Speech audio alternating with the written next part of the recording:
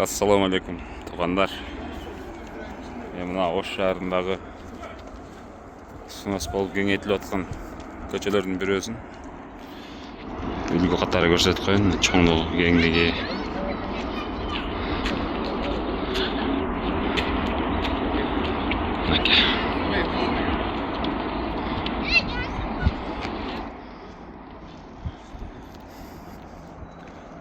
Черемушка кичирайган жак.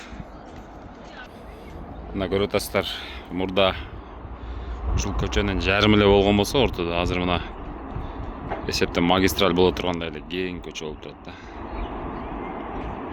Азыркы учурда дагы экскаватор, оор техникалар иштеп атат. Жолду кеңейтүү боюнча. Көрүп турасыздар. Бул жактан ошол канализация же башка трубаларды көмүп атат окшойт. Бул көчө аягына чейин ушундай болуп кеңейтилет экен. Ошко, Ош шаарына келип, Сулаймантоонун үстүнө чыгып туруп карасаңыздар, ушундай кеңейтилип аткан көчөлөр көрүнөт да.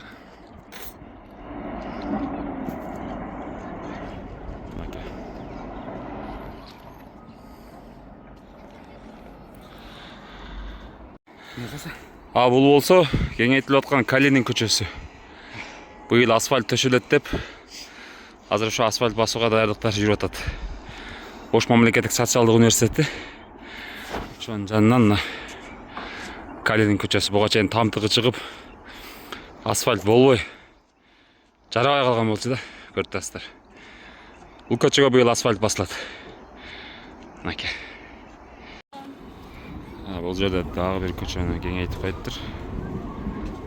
Ашыкча курулуштар, мыйзамсыз курулуштар сынос болуп, мына жерде агат алып коюптур.